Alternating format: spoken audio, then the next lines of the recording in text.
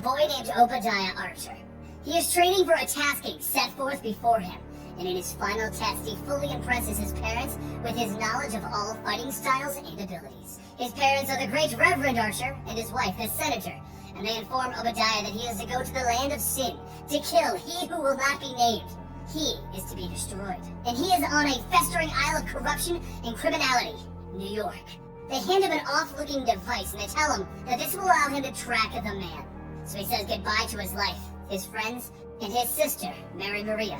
He tells her that he'll write to her about his travels in the outside world, and he sets off to experience it for the first time. As he enters New York, he's in shock at the amount of liberal Maximus and atheist Nazis in this city, and how they sell sex.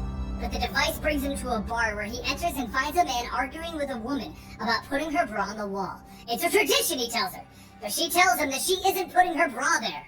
Archer holds up the device and it beams through the man, meaning that this man must be the one that he's hunting. So he jump kicks the thug, knocking him down, and he tells the woman that, ma'am, she'll be okay. He took care of it. And she hits him across the face. How dare you call me ma'am? Do I look old to you? Obviously, it's a misunderstanding. But across the bar, a heftier man is talking to the bartender, asking for more drinks for him and his lady friends. Armstrong, she tells him, get over there and put an end to this before it becomes a situation. You are the bouncer, so bounce or no more free drinks. Well, when you put it that way. So the man named Armstrong walks over and he grabs the individuals involved and he throws them off with single swings. A giant of a man then walks over and puts his fist into his hands, ready to fight with Archer and Armstrong. So Armstrong throws up on him. The man walks out disgusted and Archer turns to him. Thank you for coming to my aid, mister. And as Armstrong takes another swing at a bargoon. They call me Armstrong, kid. I'm Obadiah Archer, an accomplished martial artist. And I swear if my assailant had been male, I would not have been caught off guard. I was taught to never hit an innocent lady. If you decked that chick, your record would remain spotless. Her track marks had stretch marks. With the thugs finally dropped, Archer pulls the device out and the beam of light points right at Armstrong. Whoa, where did you get that, kid? Wait, you are he, Archer says, jumping in to kick Armstrong. They begin slugging it out, but that's when somebody throws a canister of sleeping gas onto the floor and they both pass out. Waking up in a cell, Archer can see that Armstrong is chained to the wall and that he himself is on the ground. Where are we? Archer asks. Looks like Federal Hall to me, on Wall Street. I've been locked up here a few times, like when Washington and his fellow sect members were on the balcony over there. Man, they threw some bitchin' parties. What are you saying? The Founding Fathers were heroes, not members of any sect. You're just trying to confuse me. I should just kill you here while you sit chained up. Ha! Good luck, kid. The sect's been trying for 10,000 years. It's the boon they want. A piece of that damned machine. And it hit it after it ended the world before this one. So that no one would ever use it again. That doohickey you used to find me, that's the fulcrum. Archer begins picking the lock to the door, ignoring Armstrong. Have you listened to anything I've told you, kid? You are the Prince of Lies. I'm gonna have a look around and see if what you are saying is true. He sneaks off into the hallways, dropping any guards in his way until he comes up to the big meeting chamber. And inside, he sees men in masks talking to someone on the screen. It's the people on the screen that shock him, though. They are his mother and his father. And they just told the men in masks that the boy is useless. They can kill him for all they care. They just want their fulcrum back. Archer jumps down onto the ground and he begins killing off the guards with punches, kicks, and throwing knives until they all lie dead in front of him. And then he turns to his parents on the screen. Young man, that is enough! Did Abraham not sacrifice his son to the Lord as an offering? No! You don't get to twist scripture! This is not heaven's plan, it is yours! His father puts his hands into his face and begins to cry that the devil has taken their son. But his mother tells his father with an evil grin on her face, it's alright. We'll send in Mary Maria. She's still loyal. Archer flips out, shooting the TV screen they're on. No! And then he finds himself unconscious as more guards arrive to hit him. Meanwhile, back with Armstrong, the guards walk in to tell him that they got his friend, that crazy kid. Oh, that kid's no friend of mine. And I'm not going anywhere until I find my magical satchel. Your bag? It's never leaving the illuminated vault. Good to know, Armstrong says as he rips the shackles out of the wall holding him there. He quickly dispatches of both of the guards and he walks through the facility until he reaches the vault, where he tears the door off with his bare hands and then he walks in grabbing his satchel. Meanwhile, back with Archer, he's currently strapped to a table being offered as a sacrifice, where he begins to get a vision of a naked man floating over him. Only you can see me, Archer, and you're going to be needed to assist Armstrong. He'll need your guidance, and you can get him to find the boon so that you can use it to get your sister back. As the vision fades, Archer catches a knife that is intended for his head, and he frees himself just as Armstrong bursts through the door shouting, "Hang on, little buddy!" They talk it out and Armstrong realizes that the sect is after the boon once again, and Archer convinces him that it's up to them to find it before the sect. So they take the 1%er's private jet and they get themselves to Rome, where they make their way to one of Armstrong's oldest friends, a nun guarding the works of Michelangelo and trying to hide from the sect. Their plan is to get another piece of the boon that Armstrong hid with Michelangelo, and after solving a puzzle that was laid out specifically for Armstrong, it brings them to odds against a sect of warrior nuns. After defeating all of the nuns, they stumble their way through the rest of the labyrinth, and Armstrong gets a little distracted by their vintage wines. He actually gets a little too distracted, and he passes out drunk, irritating Archer because he walks off fed up with his partner. What kind of person deviates from the mission to drink?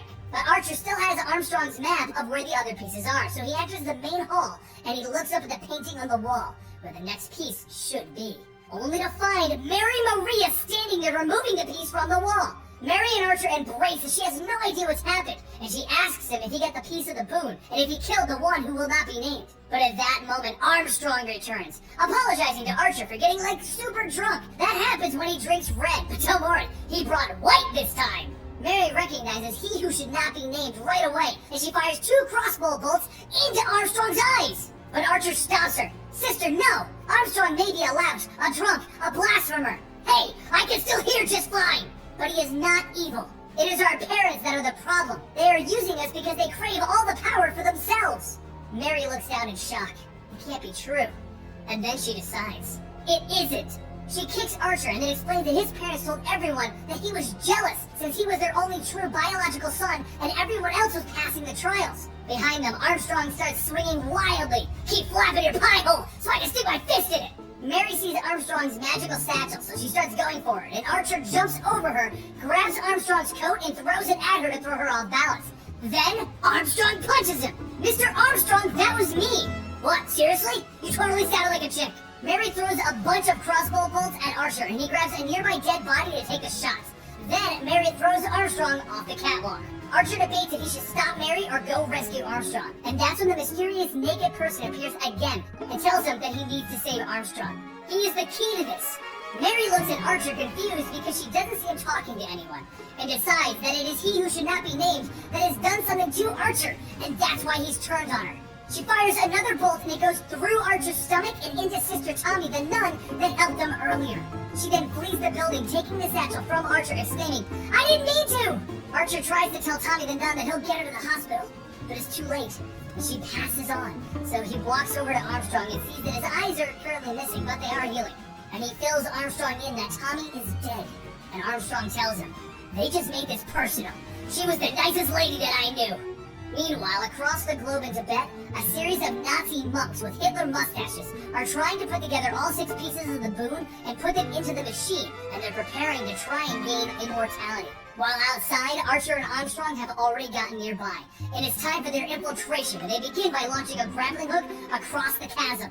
But as they quickly begin sliding over, Archer realizes Armstrong weighs a little bit more than he planned, and it snaps, swinging the 2 of them into a building and onto the cliffside, where Armstrong barely catches Archer. But luckily, this is one of the areas that Armstrong remembers, as he tells Archer, "I've been everywhere, kid. It's been 10,000 years. So he opens up a back door. They then run inside and get right to work beating on more of the sect guards, and fighting against the Hitler-stashed Green Dragon monks. But just as Archer is winning and tapping into all kinds of techniques and fighting styles, the Green Dragon monks put a stop to it because, as they say, that's an ability that they took half a century to learn. And if Archer can tap into anything, then he's more dangerous than they thought, so they shut him down. Archer holds his hands to his head in pain, telling them he doesn't understand what's going on.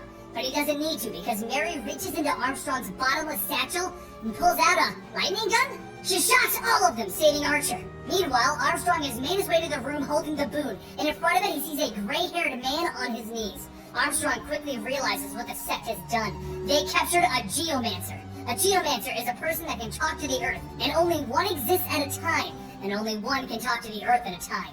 The geomancer tells Armstrong, "I betrayed my calling. They tortured me so that I would give them the fulcrum. But forget me. Get them!" Archer's brother and sisters all jump in, beginning to beat on the still kind of blind Armstrong. But none of that truly matters, because the Reverend Archer, Obadiah Archer's father, activates the boon. Everyone in the room begins to have their life forces sucked out, while Armstrong sees it starting again.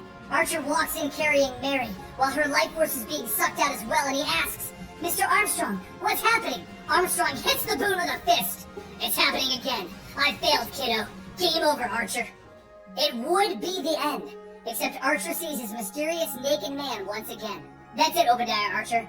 Our room has led you here. It's now your turn to do the rest. The boon has one weakness, and you need to strike it with your abilities. What? The world will be lost if you do not. The world can burn. I want to save her. But first, I want to trust you. Who are you? Because I doubt you are who you want me to think you are. Very well. My name is Ivar, and I was the last fool to activate the boon. And I am Armstrong's brother. I can share my knowledge of the device with you, but I cannot affect the three-dimensional plane. Okay. Let's flip and go for it. So Ivar shoves his hand into Archer's head, and he tells him exactly where to strike. And Archer winds up and hits the boon as hard as he can. It explodes everywhere, throwing everyone back. And the Geomancer celebrates their success, only to have a piece of the boon fall on him. Armstrong yells out, "Ah, crap!" And he runs over to lift the boon off of the Geomancer's body. He could be okay. He could be okay. Grant me one final wish, Armstrong, the Geomancer says, bleeding out all over the ground. Do I have to? I kinda got a lot on my plate right now. You have to, because with my death, he will be unleashed. The fist and the steel of the Geomancers. He will come for you to avenge me. Only my successor can stop him. Armstrong walks over to Archer and tells him, "You did it, little buddy! You saved the universe! But now, we need to go. You've killed the Geomancer. Sure, it was by mistake, but you did it. And that means that he'll be after them. The man that the Earth won't let die. It looks like it's time for a family reunion."